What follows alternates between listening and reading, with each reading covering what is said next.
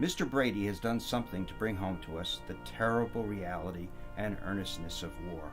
If he has not brought bodies and laid them in our dooryards and along the streets, he has done something very like it.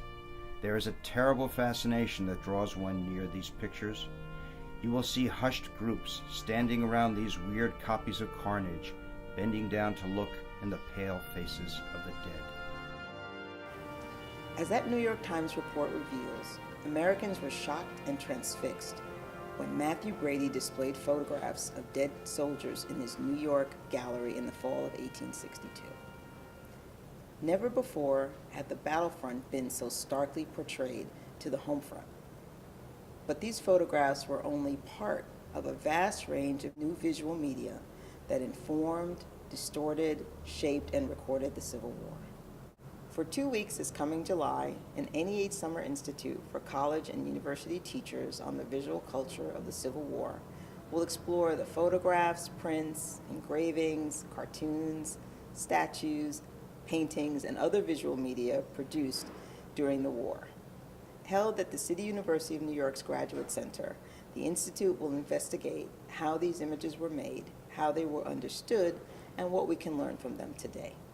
Guided by 14 experts on the visual culture of the war, Institute participants will learn the latest scholarship about this growing field of study.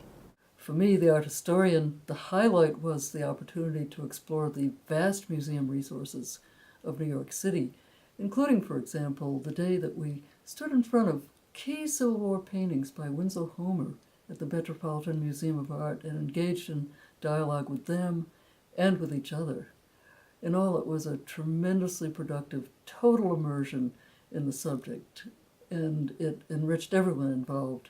What I want to talk about today is for us to just start thinking about the ways in which the Civil War fit or did not fit into existing modes of imagining and thinking about a visual world at the time of the Civil War.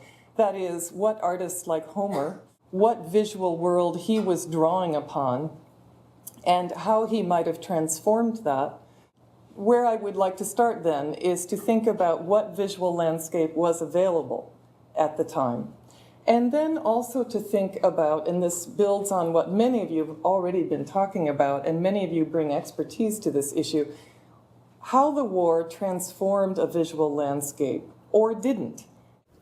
The 2012 Summer Institute was a special experience for all the participants, from the guest speakers to the core faculty to the summer scholars. It was exciting, first of all, to meet teachers and researchers from across the country from a range of disciplines who were all committed to 2 weeks of intensive exploration about a subject that is just beginning to really enter the discourse of academic study.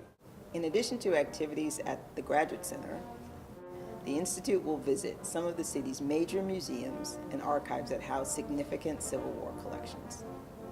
And over the course of the Institute, summer scholars will have ample time to work in these and other local archives, as well as consult with visiting and resident faculty to develop their own research and teaching projects.